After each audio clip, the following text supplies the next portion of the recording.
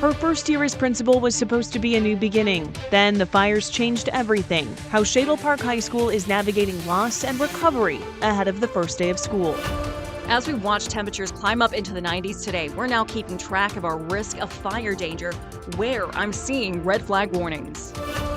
Plus, newly released body cam video shows the race to get people out as the Spokane Complex Fires burned. See the moments deputies went door to door and what the sheriff's helicopter captured. Those stories and much more tonight on your Night Report.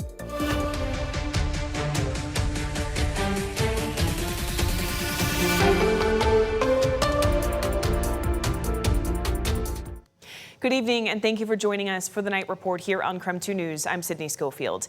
Nearly a month after the Spokane Complex Fires, new body camera footage from that first day has just been released. KREM 2's Brandon T. Jones has a closer look at the new video from law enforcement during the rush to get everyone to safety. We need to go. Please, please hurry up. These are some of the sounds and sights from August 1st. Sheriff's office, if you're in there, leave now. Huge plumes of smoke, flames nearby as Spokane County Sheriff deputies race house to house with evacuation orders. Hey, literally 2 houses up is on fire, so you need to make this quick, dude. At one point in the video, you can see cars leaving a neighborhood on what appears to be a grassy field or dirt road. Elsewhere, a Spokane Valley police officer helping a man safely evacuate his dogs. See if we can get her in. The sheriff's office says this newly released video shows only a small portion of what deputies and evacuees experienced the day of the fire.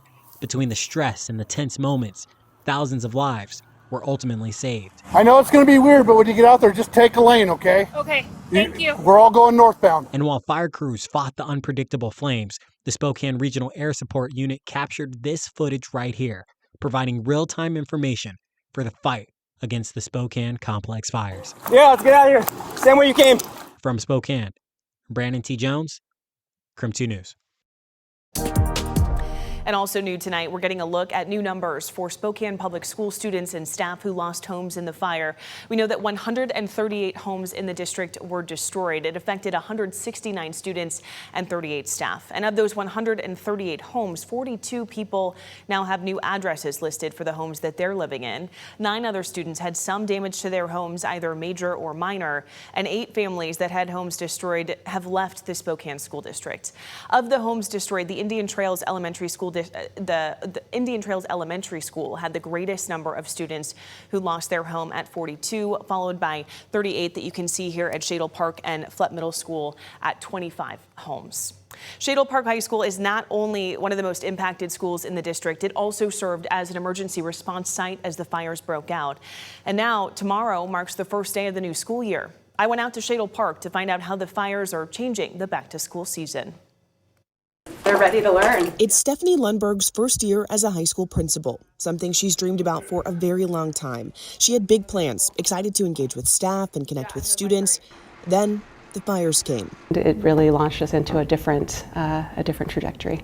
Less than a month before the first day of class, the Spokane Complex Fires sparked, forcing more than 60,000 people to evacuate, destroying more than 700 homes. Within a day and a half, Spokane Public Schools opened Shadle Park High School as a day camp for kids who needed somewhere to go. A couple days later, it transformed further into a disaster assistance center, giving people who lost their homes some sense of direction. All of our support network came alongside and said, let me help remove barriers. Let us get you started. Here is where you get started.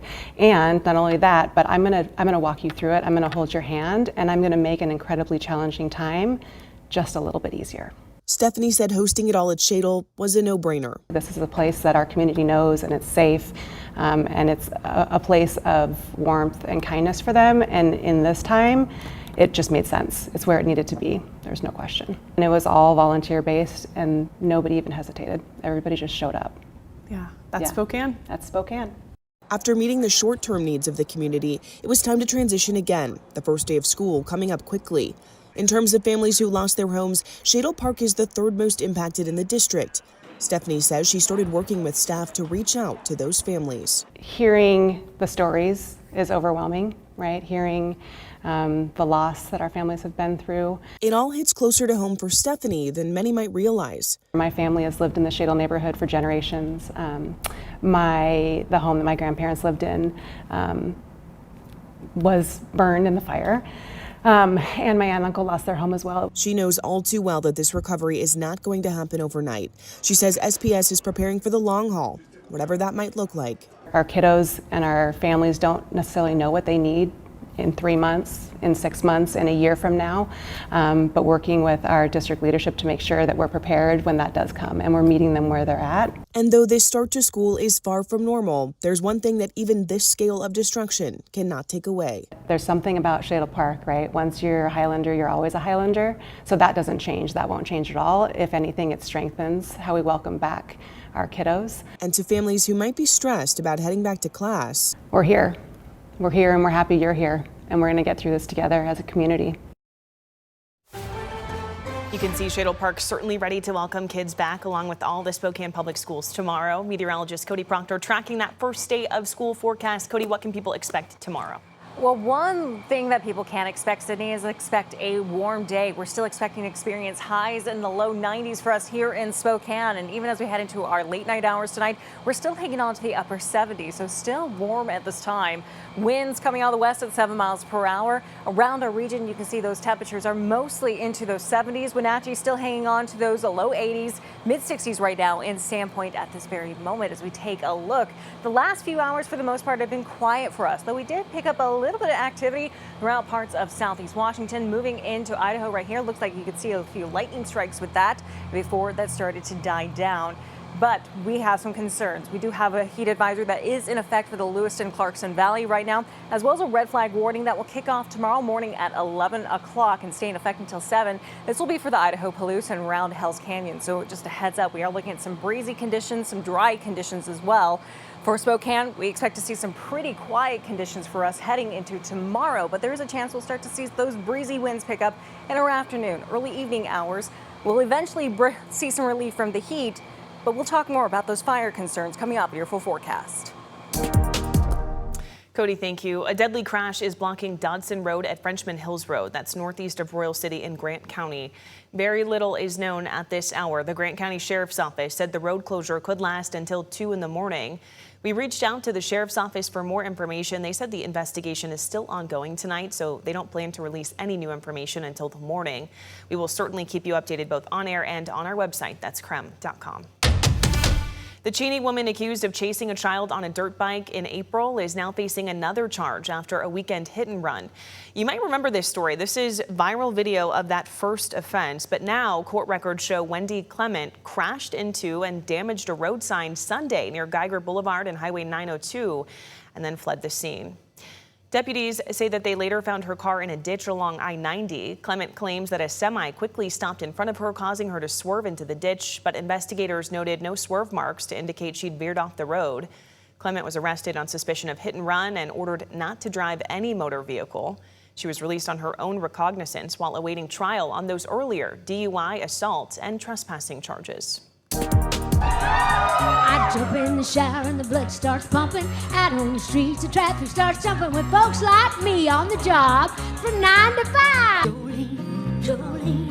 Legendary American music icon Dolly Parton died today at the age of 80. Her family said she died peacefully at her home in Nashville, with her publicist confirming she died after a brief battle with cancer.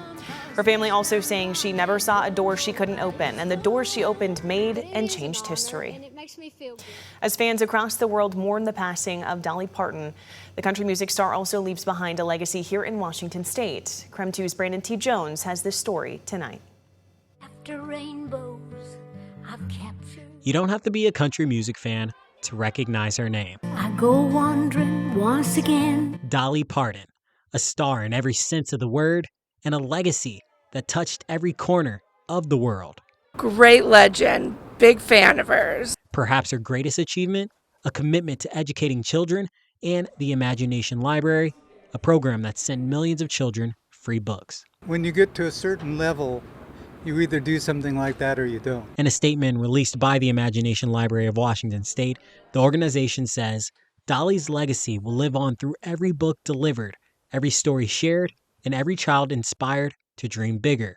Here in Spokane, Dolly's musical legacy will be on display later this year. But yeah, of course, there's a bittersweet element now knowing that she put all of this together and we're presenting it after she's gone. On October 24th at the Fox Theater, the Spokane Symphony will present Dolly Parton's Threads, a visual and musical journey of her songs and life featuring video narration from Dolly herself. We get so caught up in genres of music, and this belongs in this box and this belongs in another box, and some people might say, well, why is a symphony orchestra playing Dolly Parton? But I think her music belongs to everyone. Great music just belongs to everyone. And as the world celebrates her life, flags will fly at half-staff for Dolly across the nation. From Spokane, Brandon T. Jones, KREM 2 News. Dolly will certainly be missed. Stay with us. More to come tonight. Gunshots, flames, and 8 people dead in Billings, Montana. After the break, what police say happened and what we know about the suspect so far.